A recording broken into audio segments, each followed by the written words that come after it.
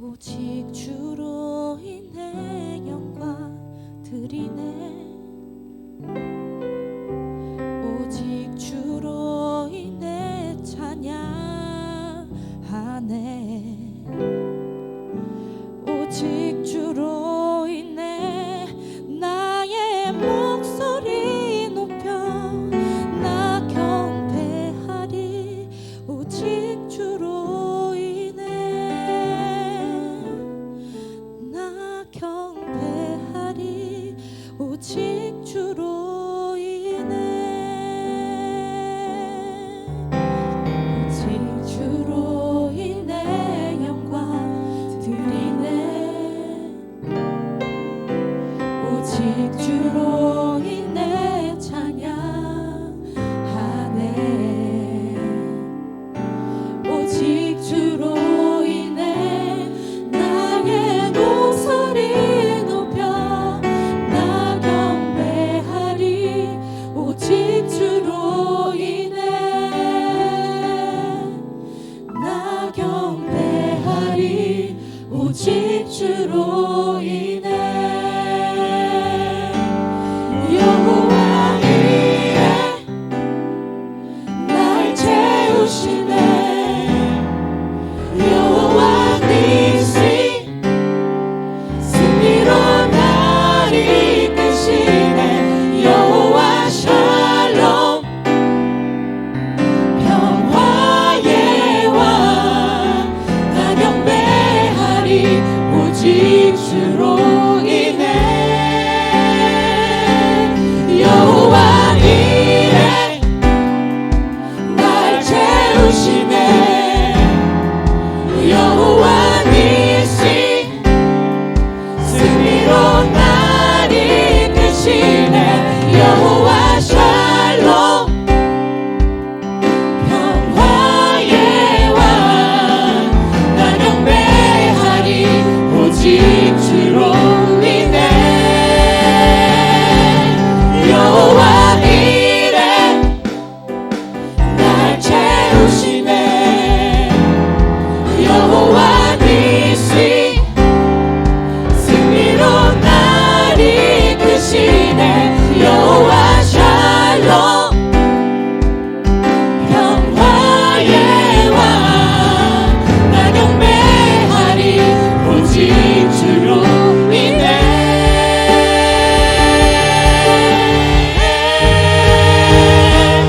여호와 이레 날 채우시네.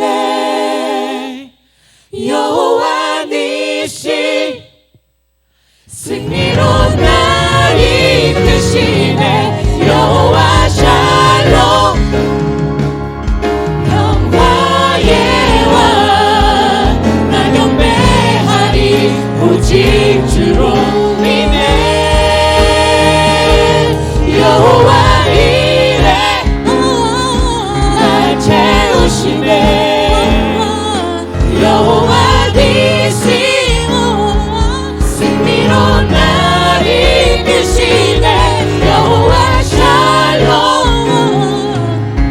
평화의 왕 나 경배하리. 나 경배하리. 나 경배하리. 오직 주로 인해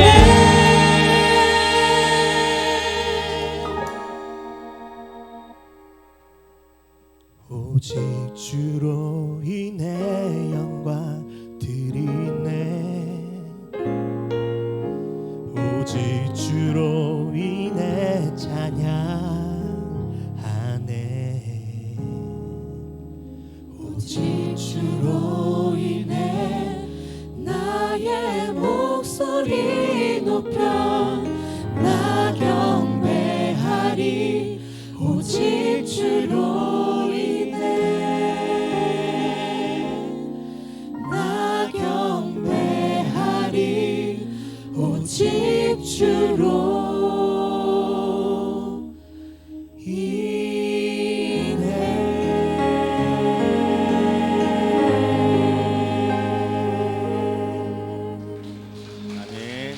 차렷 경례. 잠깐만 서 계세요. 예, 우리 자 잠깐만 서 계시라고. 예.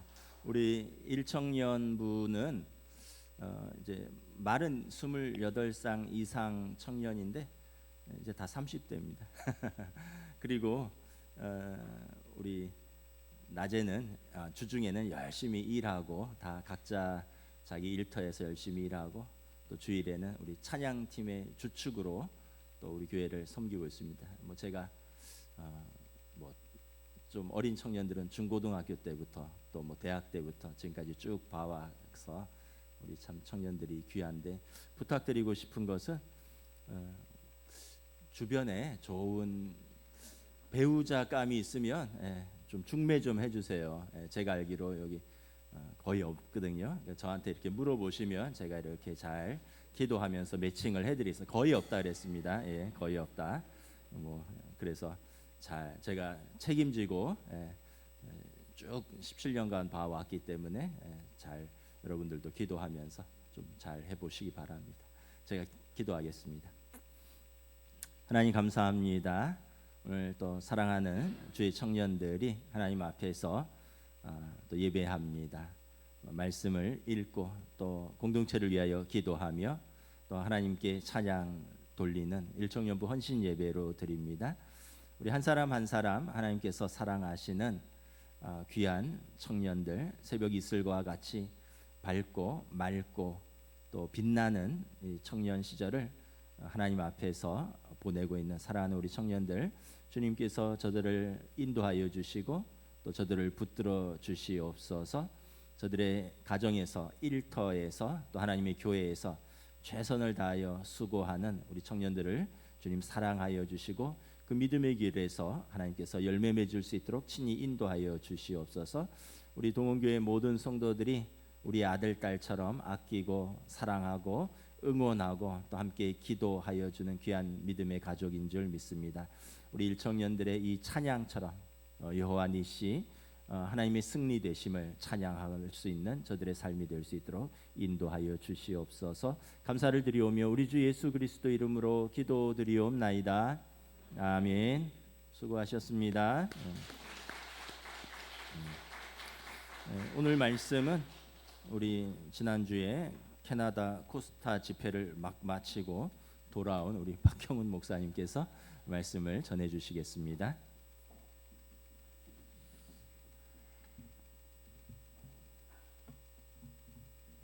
할렐루야, 반갑습니다. 반갑습니다. 우리 거의 없는 청년들 너무 귀하고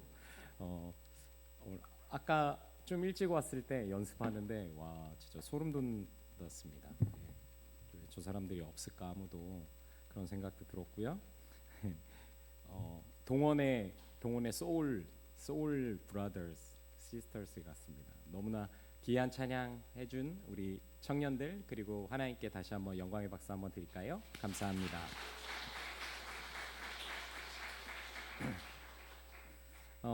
오늘 본문 말씀을 가지고 청년 바울에서 사도 바울로라는 제목으로 말씀을 나누려고 합니다. 청년 바울 그리고 사도 바울이 처음 등장하는 책이 있습니다. 그 책은 사도행전입니다.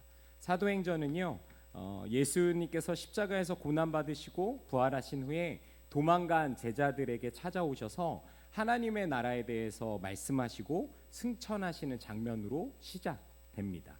승천하시기 전에 마지막으로 제자들에게 성령으로 충만하여 온 세상에 복음을 전하고 증인이 되라고 말씀하신 뒤에 하늘로 올라가십니다. 사도행전을 보면 예수님이 승천하신 후에 예루살렘에서 교회 공동체가 시작되고 예수님의 마지막 말씀처럼 제자들로 인해서 유대와 사마리아 땅끝까지 복음이 확장되는 것을 볼 수 있습니다. 그 와중에 제자들은 놀라운 사역을 행합니다. 그리고 교회에 핍박도 있었고 스데반 집사님의 순교 같은 수많은 일들이 있습니다. 예수님의 승천부터 교회가 확장되는 가운데 그 중심에 예수 그리스도 계셨지만 바울이라는 인물이 등장합니다. 바울은 예수 그리스도를 믿는 사람들과 교회를 가장 강렬하게 핍박했던 사람입니다.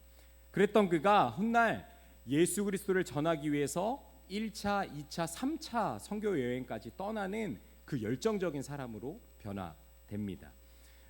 바울은 신약이 27권인데 27권 중에 14권을 바울이 썼을 정도로 굉장히 신약에서 중요한 역할을 하고 있습니다. 바울은 자신이 누구보다 하나님을 잘 안다고 믿었습니다. 율법에 철저했고 열심히 가득했고 진리의 수호자라고 청년 바울은 자기 자신을 그렇게 생각했습니다. 그러나 하나님은 바울의 예상과는 전혀 다르게 그를 부르셨죠. 그리고 그의 인생의 방향을 완전히 바꿔버리십니다. 오늘 말씀을 통해서 우리는 어떻게 하나님께서 청년 바울을 사도 바울로 바꾸셨을까? 그리고 그 반전이 오늘 우리에게 무엇을 말씀하시는지 살펴보려고 합니다. 사도행전 초반에는 사울이라고 사도 바울을 이야기합니다. 후반에는 바울이라는 이름으로 바뀌어요. 그런데 이게 다른 의미가 아닙니다. 사울은 히브리식 이름이에요. 그리고 바울은 헬라식 이름입니다. 그러니까 히브리식은 전통적인 유대 문화 이름이 담겨 있는 이름이고, 그리고 바울은 헬라식 그리스 로마에서 쓰이는 이름이었습니다. 그러니까 방식에 따라서 다르게 불렀기 때문에 다른 의미가 있지는 않습니다. 사도행전 7장 57절에서 58절 같이 한번 읽어보겠습니다. 시작.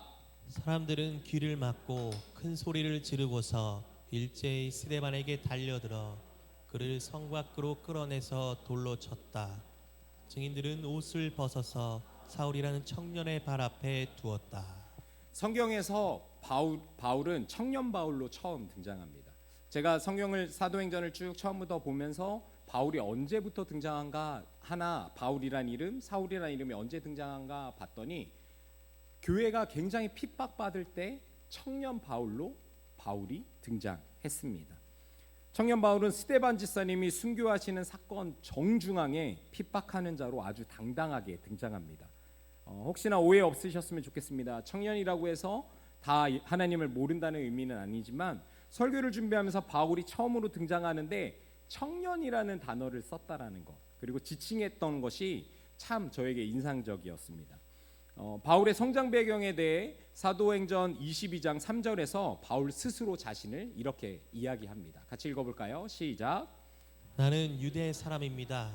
나는 길리기아의 다소에서 태어나서 이 도시 예루살렘에 자랐고 가말리엘 선생의 문화에서 우리 조상의 율법의 엄격한 방식을 따라 교육을 받았습니다. 그래서 나는 오늘날 여러분 모두가 그러하신 것과 같이 하나님께 열성적인 사람이었습니다. 보시는 것과 같이 바울은 자신을 길리기아 다소에서 난 유대인이라고 소개합니다. 이 말은 내가 정통적으로 하나님 안에서, 하나님 아래서 하나님께 택하신 백성으로 자라왔다라는 말이에요. 다소 출신이라는 말은 헬라적 지성과 문화가 깊이 젖어 있었다는 의미인데요. 또 바울은 가말리엘 밑에서 교육받았습니다. 그 당시에 정말 엘리트 교육이었어요. 바울은 히브리 종교적 열심이랑 헬라 합리주의를 둘 다 최고 수준으로 도달했던 사람입니다. 그래서 그는 자기가 틀렸다는 것은 상상조차 할 수 없는 인생이었습니다. 생각해 보십시오. 어렸을 때부터 전통적으로 하나님께서 택하신 백성이라고 생각했고, 그리고 하나님께서 세우신 사람이라고 생각했고, 하나님이 이끌었던 그 수많은 훌륭한 사람들의 교육을 받았던 사람입니다. 그러니까 자기 자신은 난 틀린 게 전혀 없어. 자기 자신에 대한 확신이 있었던 것이죠. 그가 배운 토론 교육은 상대의 논리를 꺾어서 이기는 방식이었습니다. 그러니까 자기의 논리를 가지고 상대를 이기고 무너뜨려야 했습니다. 이런 바울의 성장 배경에서 청년 바울은 사람을 세우는 법보다 무너뜨리는 법을 먼저 배운 사람이었습니다. 그래서 그는 나는 하나님을 위해 일한다는 확신을 가졌지만 방향은 틀렸던 청년이었습니다. 하나님을 위해 열심을 가졌지만 사실은 하나님의 사람들을 꺾는 일을 했습니다. 열심은 옳았지만 하나님과 같은 방향이 아니었던 거죠. 사도행전 8장 1절에 4절 같이 읽어보겠습니다. 시작. 사울은 스데반이 죽임당하는 것을 마땅하게 여겼다. 그날에 예루살렘 교회에 큰 박해가 일어났다. 그래서 사도들 이외에는 모두 유대 지방과 사마리아 지방으로 흩어졌다. 경건한 사람들이 스데반을 장사하고 그를 생각하여 몹시 통곡하였다. 그런데 사울은 교회를 없애려고 날뛰었다. 그는 집집마다 찾아 들어가서 남자나 여자나 가리지 않고 끌어내서 감옥에 넘겼다. 그런데 흩어진 사람들은 두루 돌아다니면서 말씀을 전하였다. 사도행전 7장에 스데반 집사님의 마지막 설교가 나옵니다. 여러분들 꼭 읽어보셨으면 좋겠어요. 하나님에 대해서 가장 명확하게 설교하고 있습니다. 하나님에 대해서 아주 정확하게 알고 있는 스데반 집사님을 유대인들이 죽이려고 합니다. 이뿐만 아니라 예루살렘에 세워진 교회와 제자들을 모든 방법을 동원해서 없애려고 합니다. 핍박으로 흩어지고 또 흩어지는 가운데 성경에 기록된 대로 복음은 더 멀리 그리고 더 깊이 전해집니다. 사도행전 9장 1절에서 3절입니다. 읽어봅시다. 시작. 사울은 여전히 주님의 제자들을 위협하면서 살기를 띠고 있었다. 그는 대제사장에게 가서 다마스쿠스에 있는 여러 회당으로 보내는 편지를 써달라고 하였다.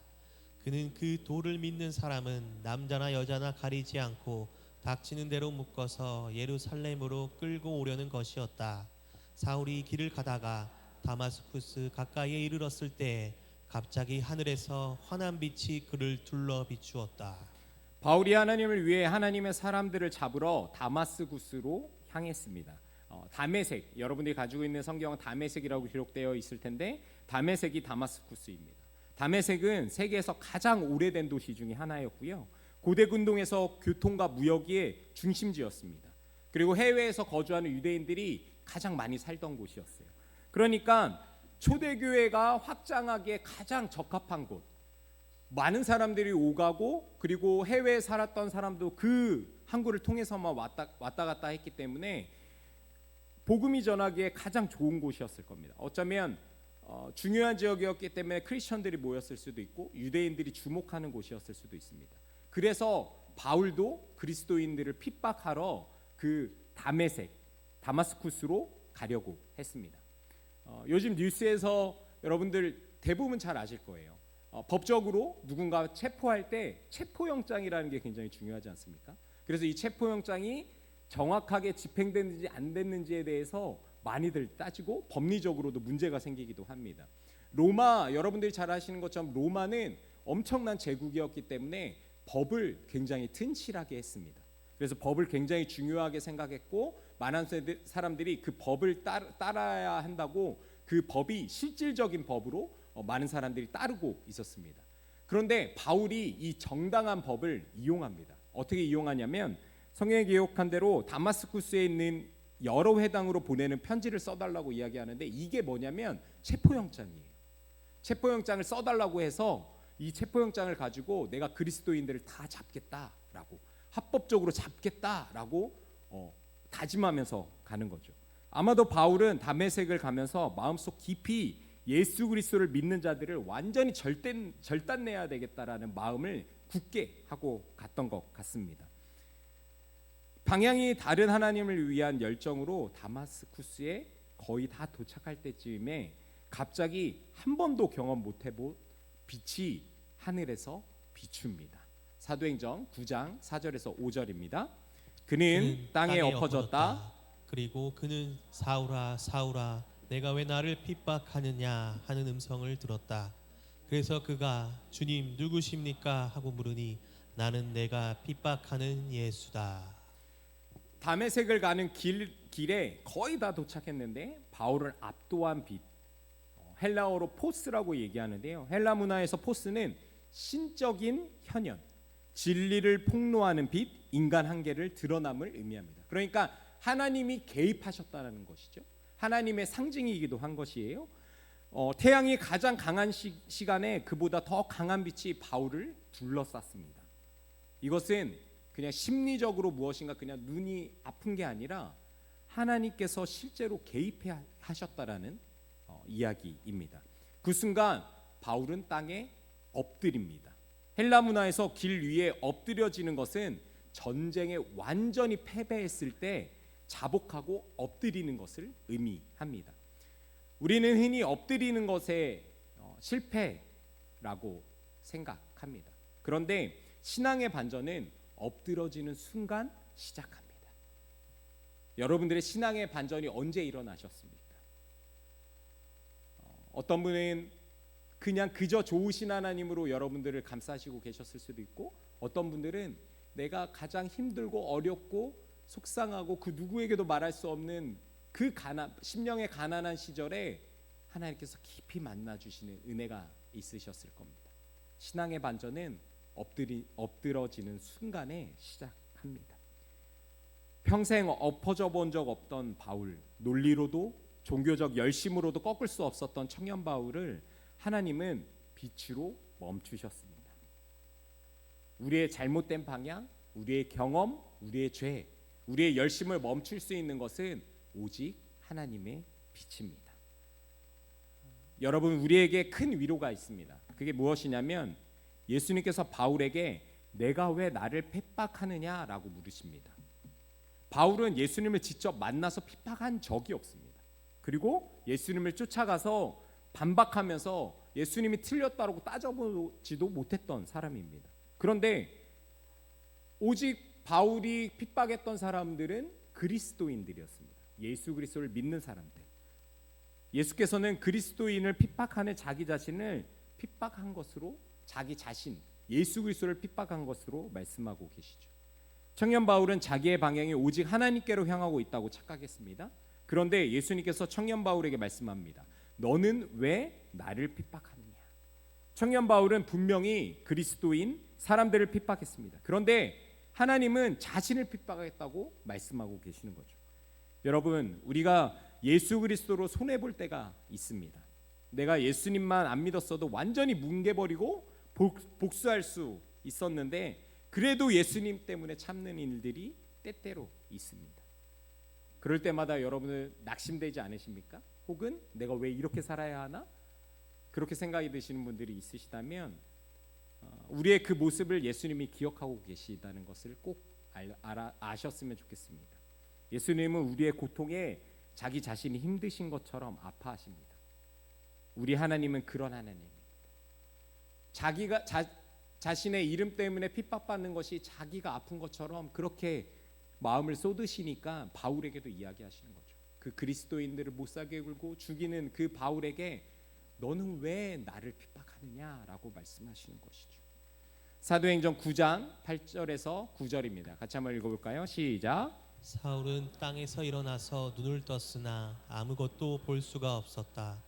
그래서 사람들이 그의 손을 끌고 다마스쿠스로 데리고 갔다.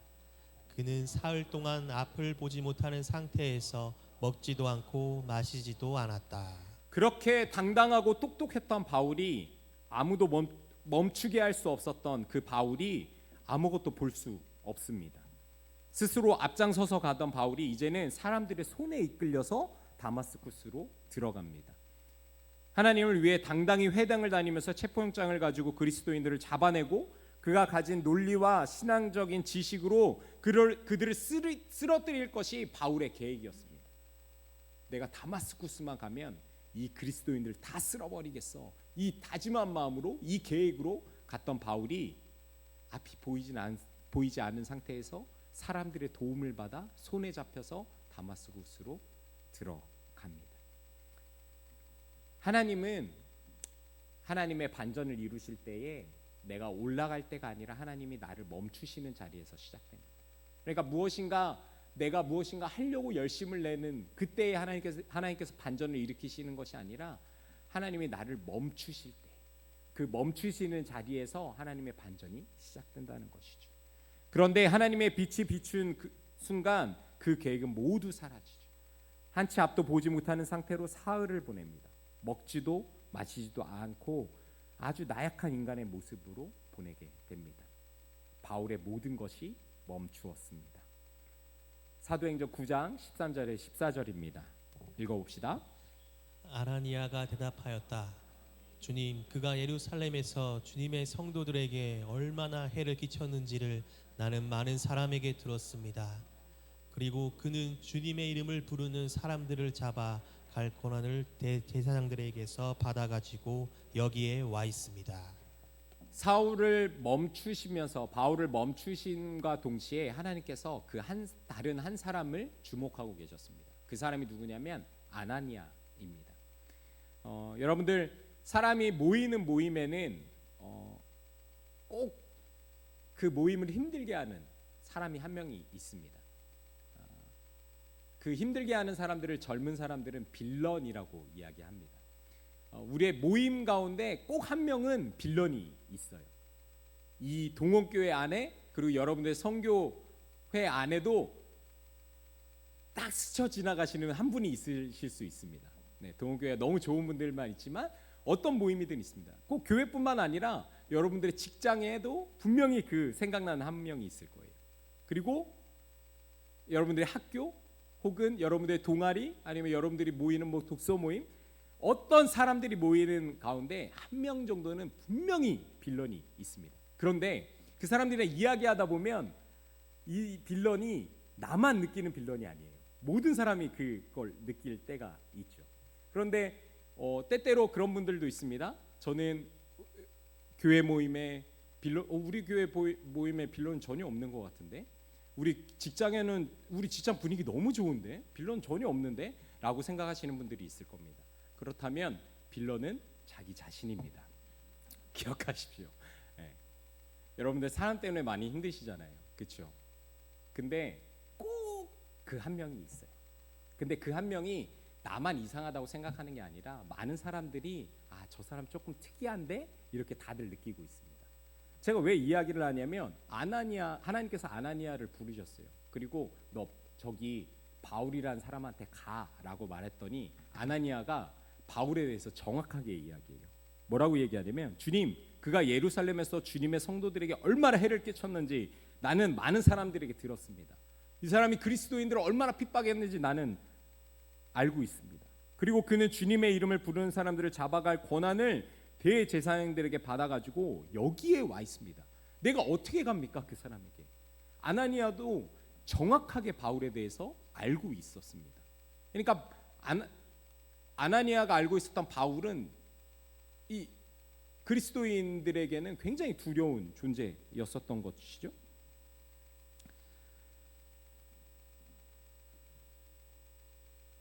아나니아가 하는 말이 틀린 말이 아니었죠. 하나님을 알고 예수 그리스도를 깊이 만난 사람이었어도 그 사람에게 가는 것은 어쩌면 내가 잡혀가기 직전인 상황이 될 수 있는 상황이 되기 때문이죠.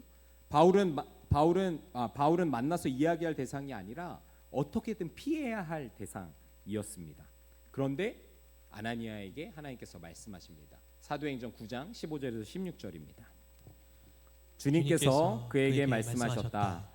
가거라. 그는 내 이름으로 이방 사람들과 임금들과 이스라엘 자손들 앞에 가지고 갈 내가 택한 내 그릇이다.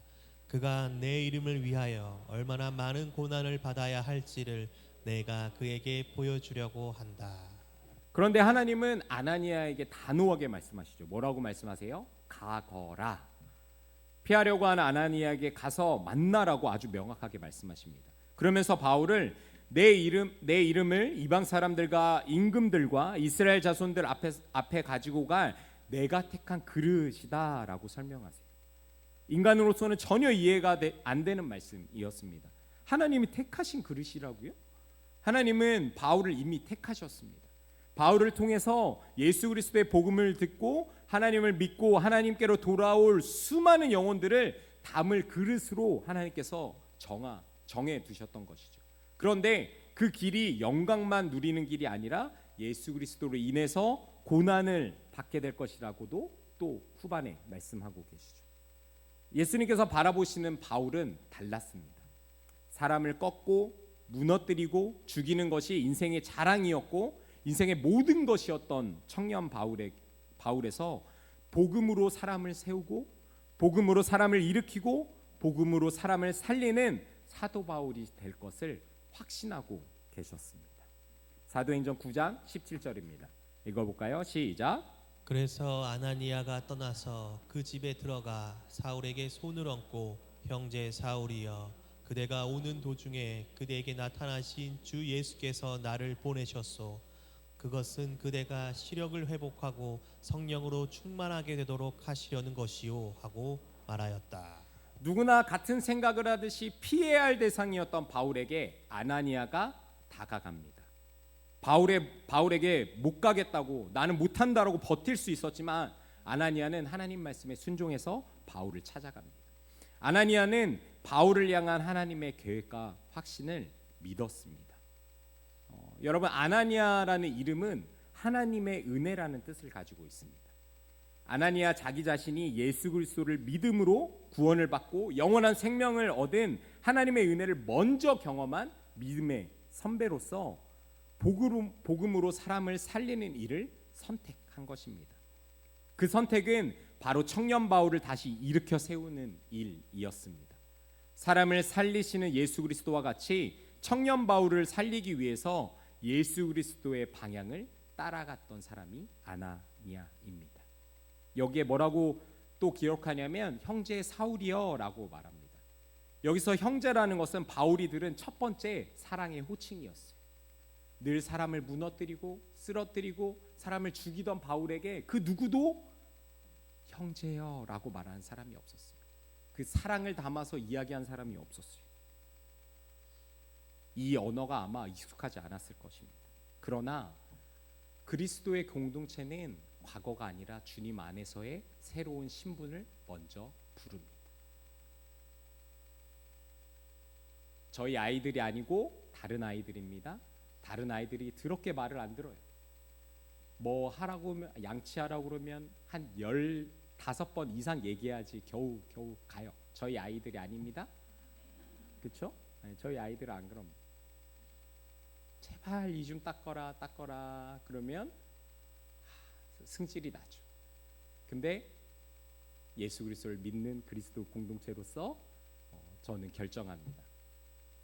이렇게 잘 되고 키 크고 사랑받을 좋은 자식들아, 어서 이를 닦아라, 이렇게 돌려서. 그리스도의 공동체는 과거를 때때로 이야기하지만 그 과거가 아니라 주님 안에서 새로운 신분이 될 것을 기대하면서 그들을 대합니다. 그것이 교회 공동체의 모습이죠. 하나님의 은혜를 먼저 경험한 믿음의 선배 아나니아가 그 바울을 세우기 위해서, 살리기 위해서 찾아갔던 것처럼 하나님의 은혜를 먼저 경험한 믿음의 선배이신 동원의 성도님들이 우리 청년들의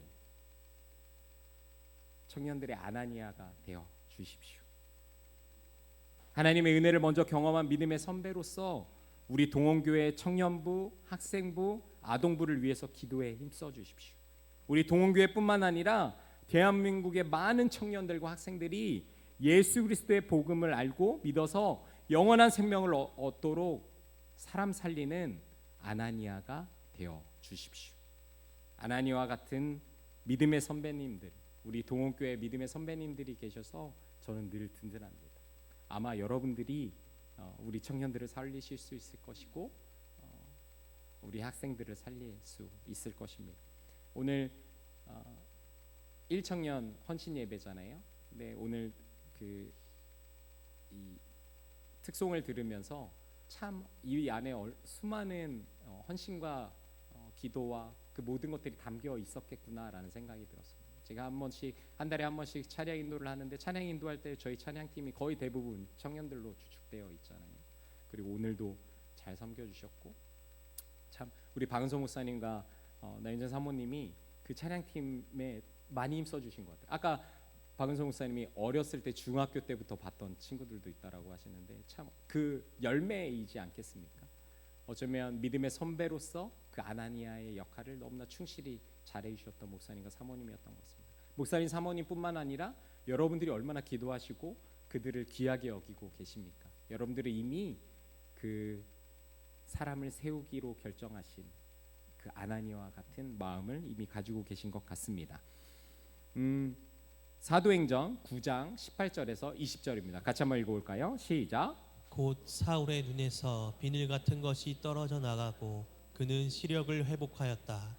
그리고 그는 일어나서 세례를 받고 음식을 먹고 힘을 얻었다. 사울은 며칠 동안 다마스쿠스에 있는 제자들과 함께 지냈다. 그런 다음에 그는 곧 여러 회당에서 예수가 하나님의 아들이심을 선포하였다. 네, 우리 아이들이 이제 슬슬 몸을 꼬기 시작합니다. 제가 계속 달려왔거든요, 스토리로. 우리 주아랑 혁빈이 잠깐 앞으로 나올까요? 나오고 우리 건호이 네 형제님도 나와주시고 그리고 박찬 박건도 나와주시고 형제들만 할까요? 네네 앞으로 나와주십시오.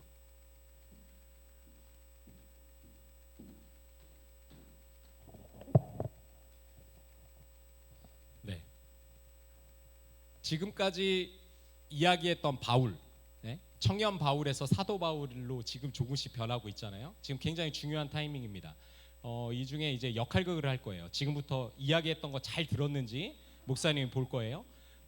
여기서 주인공인 바울 역할을 찾아야 되는데 제가 바울의 역할을 찾으려고 막 그 고대 문서를 다 찾아봤습니다. 그랬더니 헤어스타일이 가장 비슷한 우리 건호이 형제님, 네, 뭐 헤어스타일이 가장 근접합니다. 바울과 바울 해주시고요, 역할 해주시고 네.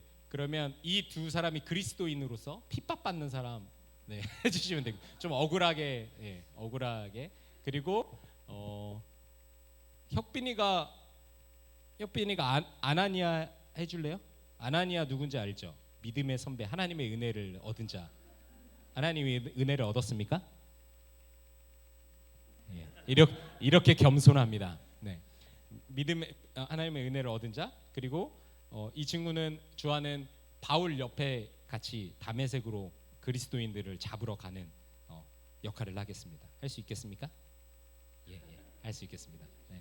그러면 첫 번째 혁빈이랑 주하는 이쪽으로 나오고 주하 같이 있어도 되겠다.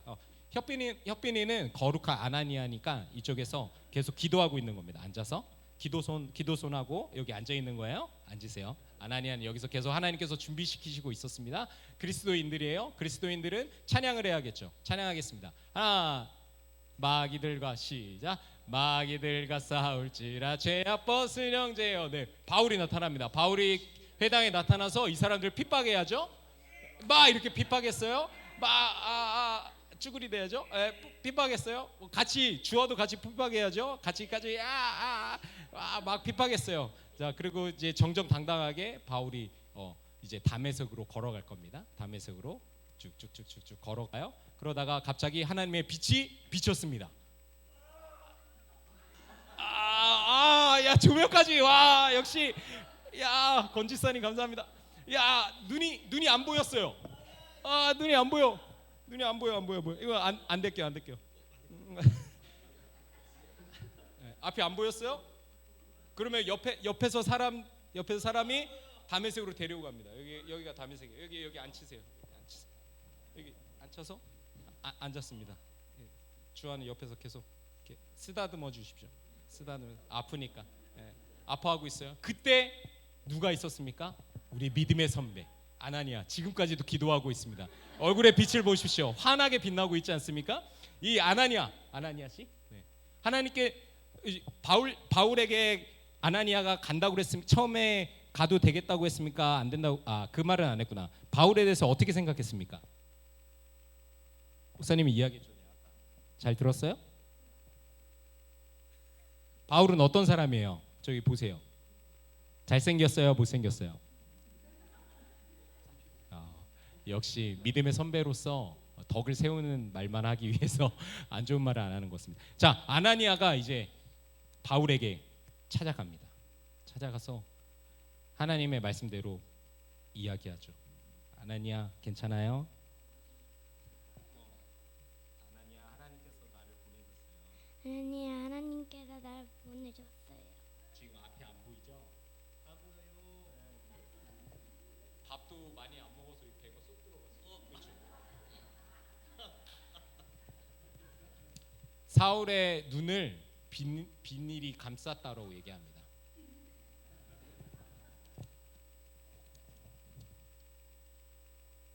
비닐이 감싸 있었어요.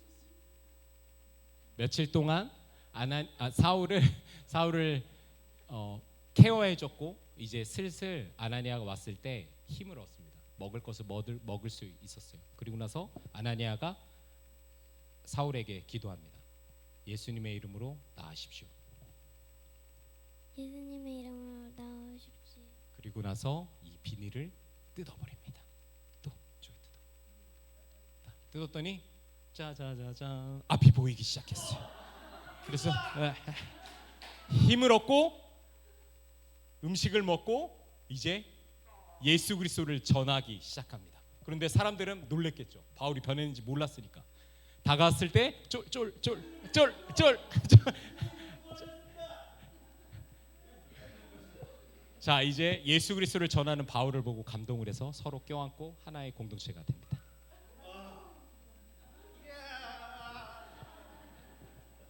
오케이, 좋습니다. 감사합니다.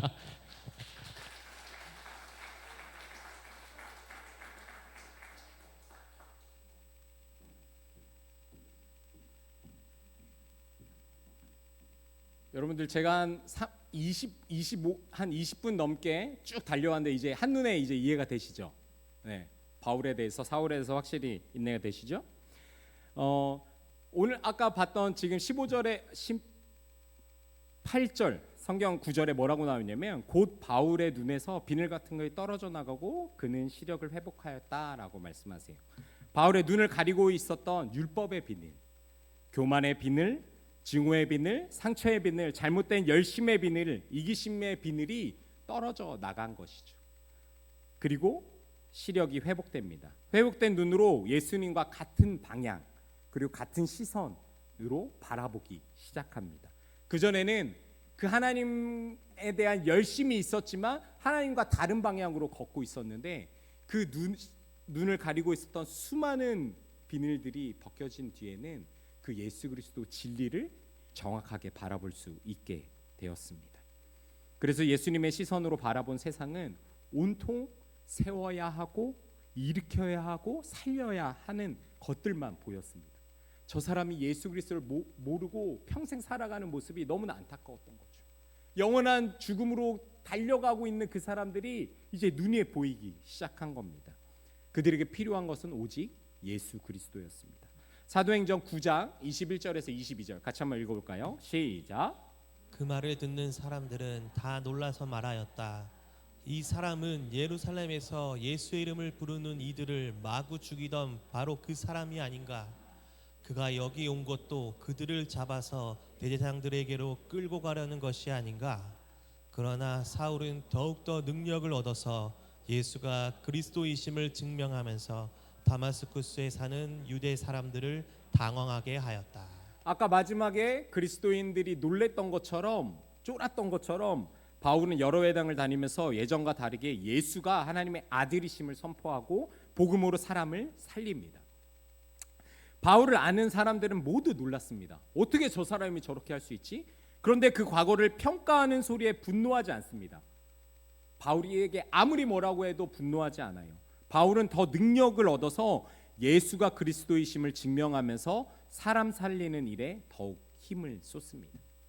바울이 얼마나 겸손한 사람이 됐냐면 수많은 사람이 당신이 죽였던 사람이 얼마나 많은데 당신이 감옥에 갔던 사람이 얼마나 많은데 이런 소리를 듣지 않았겠습니까?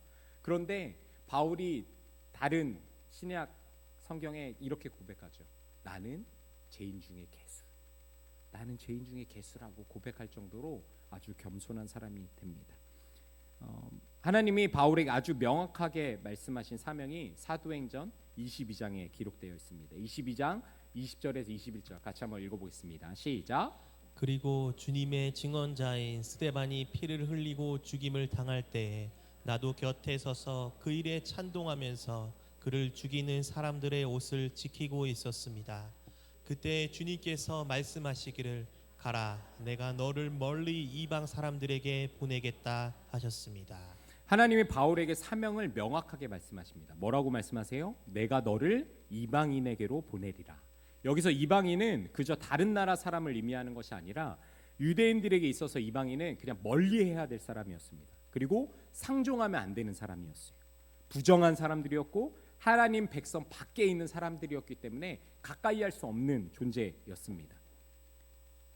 바울이 평생 멸시했던 사람들, 무너뜨려야 할 대상이었던 이방인들이 복음으로 일으켜 세우고 살려 하는 사명의 대상으로 바뀌었을 때 청년 바울에서 사도 바울로 바뀝니다. 청년 바울이 사도 바울이 되는 반전은 능력의 반전이 아니었습니다.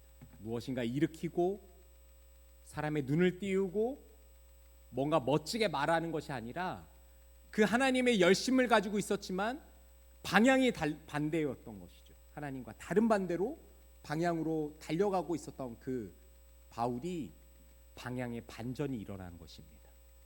그래서 청년 바울이 사도 바울이 되는 반전이 일어납니다. 이제 두 가지로 말씀을 정리하면서 말씀을 마치려고 하는데요. 첫 번째입니다. 같이 한번 읽어볼까요? 시작. 우리의 잘못된 방향, 우리의 정욕과 죄를 멈출 수 있는 것은 오직 하나님의 빛입니다. 청년 바울은 자신이 잘못된 방향으로 가고 있다고 생각하지 못했습니다. 오히려 그 잘못된 방향을 향해 저돌적으로 달려갑니다. 그 잘못된 방향은 사람을 율법으로 무너뜨리고 꺾었던 수많은 경험이었습니다. 그래서 더욱 열심냈습니다. 이게 하나님이 하신 일이, 하나님을 위한 일이잖아 라고 하면서 열심을 냈습니다. 그런데 하나님의 빛이 비추일 때 그것을 멈출 수 있었습니다. 진리인 하나님의 빛, 따뜻한 은혜로 충만한 하나님의 빛이 그에게 비출 때 그의 경험과 신념, 열심은 아무것도 아니었습니다. 그리고 아무것도 할 수 없는 상황이 되었습니다. 우리의 삶에 나도 모르게 스며들어 있는 교만과 인간적인 정욕과 욕심이 있지는 않은지 하나님의 빛으로 여러분들의 자신을 비추시기를 축복합니다. 그러면 멈추어야 할 것들이 보이실 것입니다. 두 번째입니다. 같이 읽어볼까요? 시작. 하나님의 빛은 사람을 무너뜨리는 힘이 아니라 사람을 일으키는 사랑으로 증명됩니다. 하나님의 빛, 그 은혜를 경험한 사람들은 절대 사람을 무너뜨리지 않습니다. 독생자 예수 그리스도께서 이 땅에 오셔서 십자가에 달리셨다가 죽음을 이기시고 사흘 만에 부활하셔서 그분을 구주로 믿기만 하면 영원한 생명을 얻는 놀라운 사랑으로 우리를 살리시고 그 사랑을 이미 보여주셨습니다. 그 예수 그리스도를 따라 우리는 사람을 일으키고 살리는 사랑을 품은 사람이 되었습니다. 하나님의 사랑을 먼저 경험한 믿음의 선배 아나니아가 두려움에도 사람을 살리고 일으키는 일을 선택했듯이 예수 그리스도의 사랑을 먼저 경험한 우리도 사람을 살리는 일을 선택해야 합니다. 무엇을 해야 될지, 앞으로 어떻게 살아야 할지 막막한 것이 청년들입니다. 청년들에게 부족하지만 이야기하고 싶습니다. 앞으로 어떤 삶을 살아내야 할지 고민이신 분들이 계시다면 여러분들의 그 기준은 그 일이 하나님을 살리는 일인지 사람을 세우는 일인지, 이 기준은 하나님께서 사람의 기준으로 주신 것입니다. 하나님의 사람의 기준이 이것이 되어야 됩니다.